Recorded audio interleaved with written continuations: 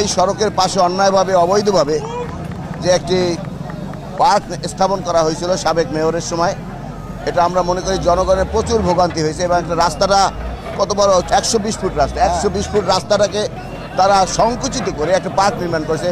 একটা পরিকল্পনা, এটার বিরুদ্ধে এই এলাকার জনসাধারণ বারবার মানববন্ধন করছে যাতে এই পার্কটা যাতে না করা হয়, কারণ এই পার্কটা দিয়ে জনগণের ভোগান্তি এবং এখানে বাস অ্যাক্সিডেন্ট হয়, রিক্সা গাড়ি অ্যাক্সিডেন্ট হয়, রাস্তা সরু হয়ে যায়, এখানে হতাহত হয়। এই জমিটাকে মানে আত্মসাৎ করার জন্যই মূল মেয়রের সাথে আলোচনা করে এখানে একটা অবৈধ পার্ক তৈরি করেছে তার মার নামে। সেই অবৈধ পার্ক তৈরি করার পর এই দেশের এই বরিশালের বা এই এলাকার মানুষের জনদুর্ভোগ আরম্ভ হয়ে গেছে।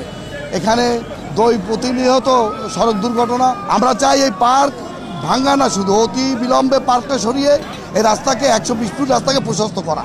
আপনারা জানেন গত ফ্যাসিস্ট সরকারের বরিশালে যিনি জনগণের ভোটবিহীন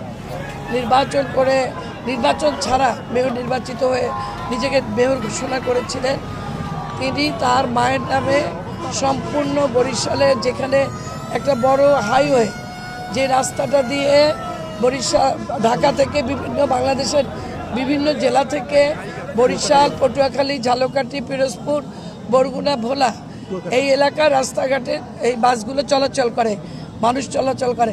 সেই রকম একটি ব্যস্ত শহরে সাদেক আবদুল্লাহ তার মায়ের নামে একটি পার্ক করেছিল রাস্তা বন্ধ করে। সেটা দীর্ঘদিন 5ই আগস্টের পরে তখন বিক্ষুব্ধ জনগণ সেই পার্কটিকে ভেঙে ফেলেছিল এবং জনগণের দীর্ঘদিনের দাবি ছিল যে, এবং রাস্তার মানুষের এটা খুবই ঝুঁকিপূর্ণ ছিল, এটা একটা মরণ ফাঁদ ছিল। এখানে এইটার কারণে বিভিন্ন দুর্ঘটনা ঘটতো বাসগুলার, যার জন্য মানুষের দাবি ছিল এই স্থাপনাগুলো যেগুলো 5ই আগস্ট ভাঙা হয়েছিল সেটাকে সম্পূর্ণভাবে উচ্ছেদ করে সম্পূর্ণভাবে এটাকে পরিষ্কার করা।